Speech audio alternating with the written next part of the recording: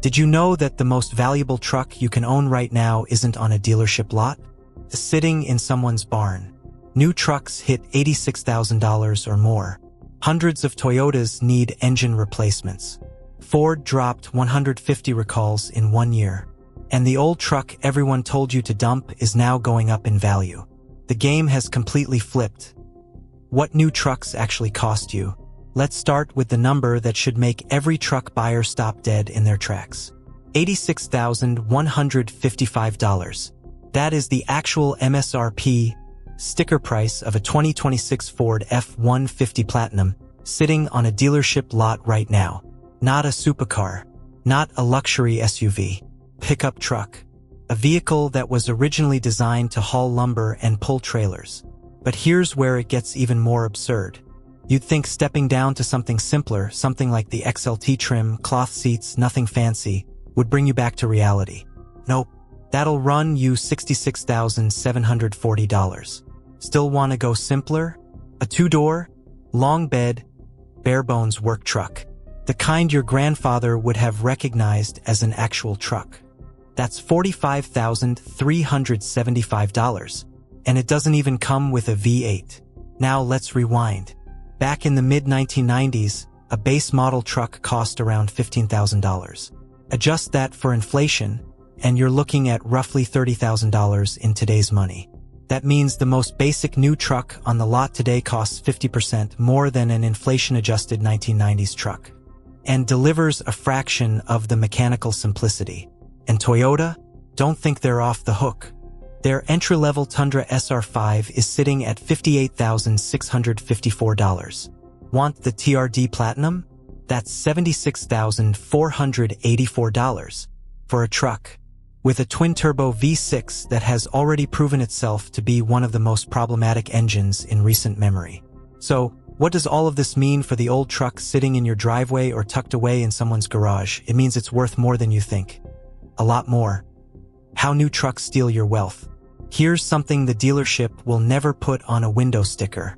The moment you sign those papers and drive a brand new truck off the lot, you lose approximately 20% of its value, instantly, before you've even made your first payment. On an $80,000 truck, that's $16,000 gone. Just like that, for the privilege of being the first person to sit in it.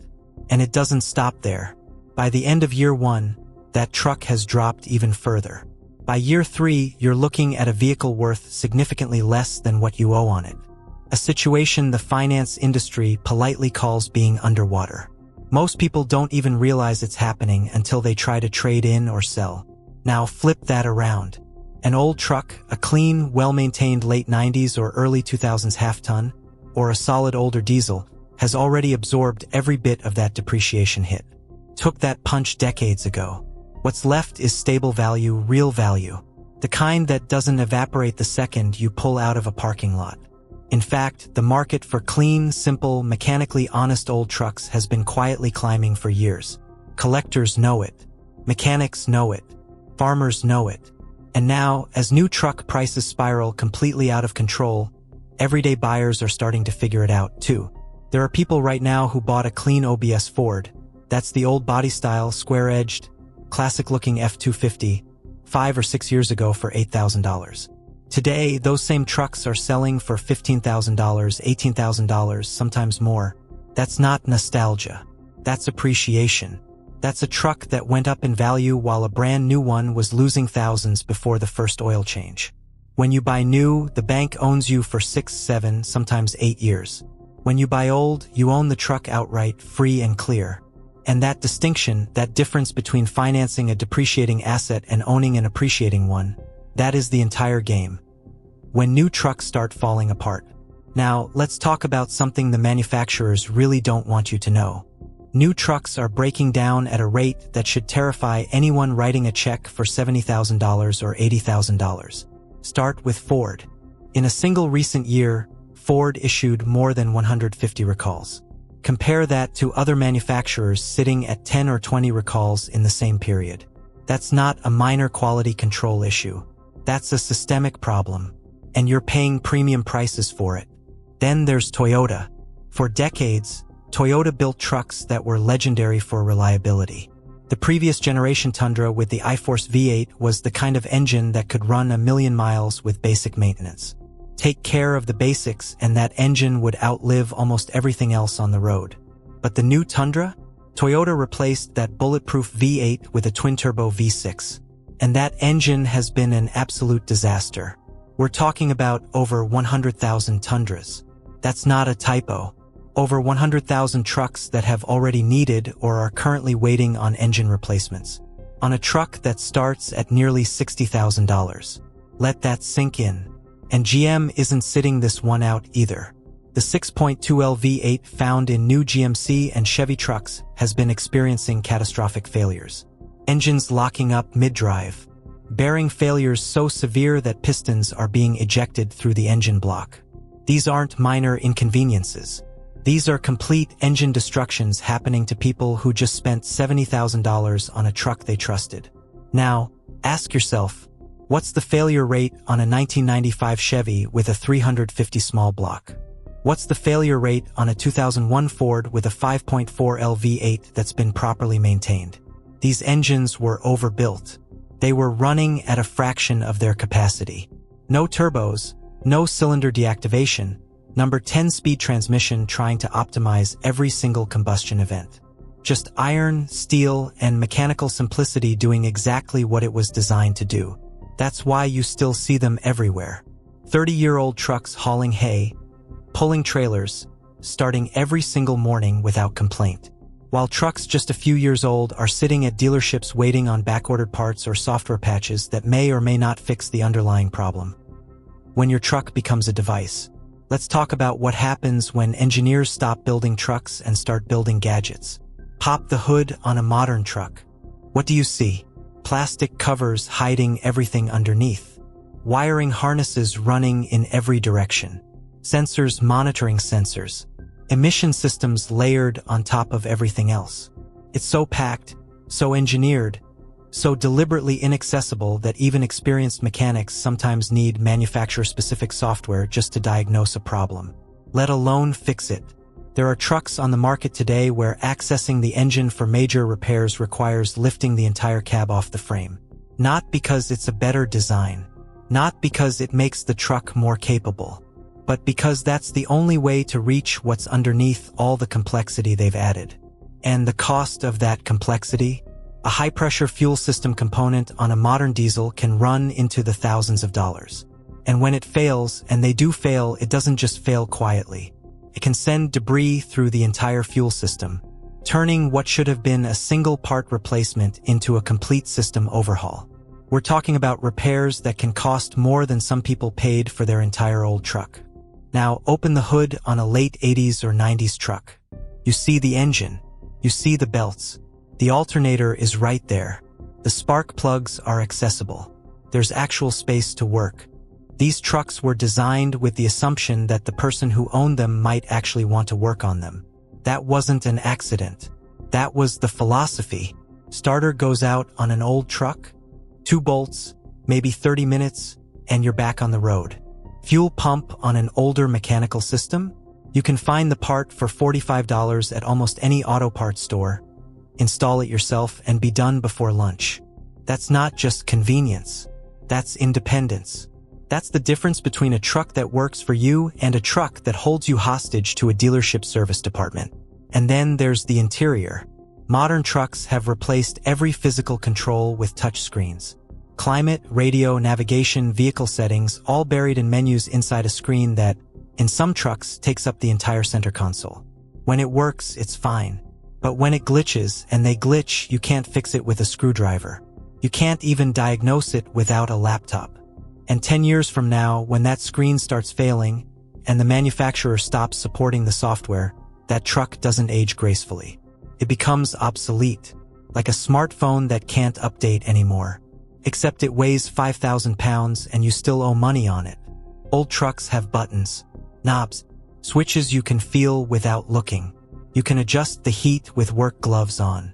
You can change the radio without taking your eyes off the road. Trusts you to drive. It doesn't beep at you, override you, or try to manage your decisions.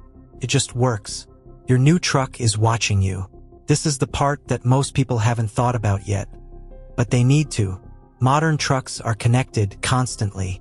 They have built-in cellular systems running in the background, collecting data on everything you do behind the wheel. How fast you drive, how hard you brake, where you go, how often you go there, what routes you take. And in most cases, you cannot fully turn it off. It's baked into the system. And that data doesn't just sit in a server somewhere doing nothing. Insurance companies can access it. Manufacturers review it. And it can be used against you in ways that would have seemed like science fiction just a decade ago. Here's a real scenario that's already happening. Someone takes their off-road truck off-road, which is exactly what it was marketed for, exactly what it was sold to do. Something breaks. They file a warranty claim, and the manufacturer pulls the vehicle data. The data shows aggressive driving. Claim denied. You paid $80,000 for a truck, used it the way the commercials told you to use it, and the data you didn't know was being collected just cost you a warranty repair. That's not paranoia. That's the direction this industry is actively moving. An old truck has none of that.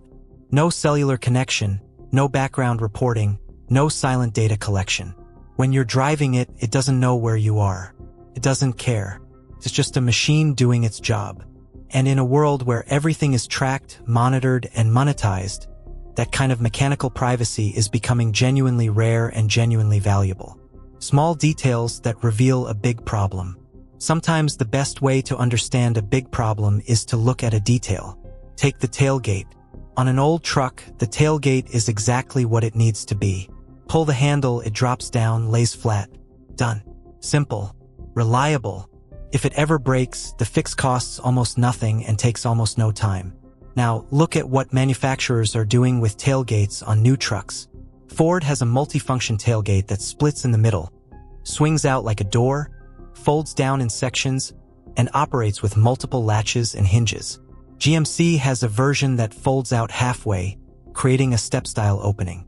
These things are engineering marvels until they break. And they break. And when they do, you're not replacing a simple hinge. You're replacing a complex mechanical assembly that costs hundreds of dollars and requires a specialist to install correctly. This is the tailgate as a metaphor for the entire modern truck industry. Every feature added is a potential failure point. Every convenience upgrade is a future repair bill. Every piece of technology that replaces something mechanical is something else that can go wrong in a way you can't fix yourself. And the manufacturers know this. They've built an ecosystem where complexity drives dependency. You need their parts. You need their software. You need their service departments. The truck that was supposed to give you freedom has quietly become a subscription to their system. Old trucks broke that cycle before it ever started. They were built to be owned, not managed. Maintained, not subscribed to. Fixed, not updated. Who actually won? Meanwhile, new truck sales are slowing. Inventory is sitting on lots longer. Manufacturers are offering incentives to move units that would have sold instantly 2 years ago. The market is sending a signal, and the signal is that people are waking up. The manufacturers spent decades convincing you that newer was always better, that more features meant more value, that complexity was progress. And for a while it worked. But the cracks are showing now, literally in some cases through engine blocks. And the truth is impossible to ignore. Your old truck isn't a liability. It's not a project. It's not something to apologize for. It's an asset. The kind that holds its value, earns its keep, and doesn't report your location to a server farm while you're trying to get to work. The manufacturers played the long game. They built dependency into every new truck they sold. They made simplicity obsolete on purpose. They won that battle. But here's the thing about old trucks. They're still here, still running, still proving themselves every single day on farms, job sites, and back roads across this country. And as long as someone keeps the oil changed and the rust at bay, they'll keep right on winning. The old truck everyone told you to sell just became the smartest vehicle you can own. Drop a comment below and tell me, what's your old truck that's still running strong?